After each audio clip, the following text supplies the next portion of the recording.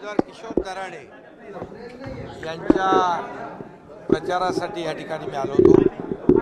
आज निवडणुकीमध्ये सगळे उमेदवार एक दुसरे लढत असतात, पण किशोर दराडे हे 100% कामाच्या जोरावर या निवडणुकीत विजयी होतील। हाकेंनी आपलं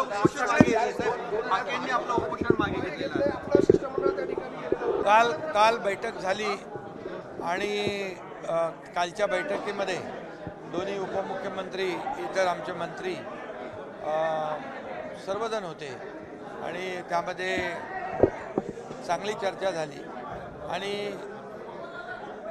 कुठल्याही समाजामध्ये तेढ निर्माण होऊ नये, मराठा समाज, ओबीसी समाज आणि कुणावरही अन्याय होऊ नये आणि म्हणून बरीच चर्चा झाली।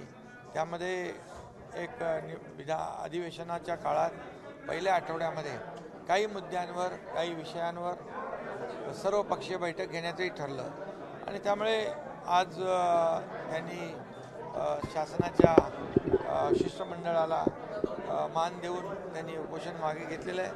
त्यांना मी धन्यवाद देतो।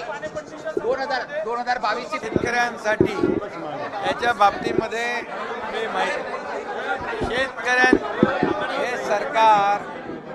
सरकार शेतकऱ्यांचं आहे, त्यामुळे शेतकऱ्यांसाठी अनेक योजना आम्ही सुरू केलेल्या आहेत आणि या विषयावर देखील शेतकऱ्यांच्या पाठीशी सरकार आहे। शेतकऱ्यांच्या हिताचा निर्णय सरकार घेईल। एबीपी माझा, उघडा डोळे बघा नीट।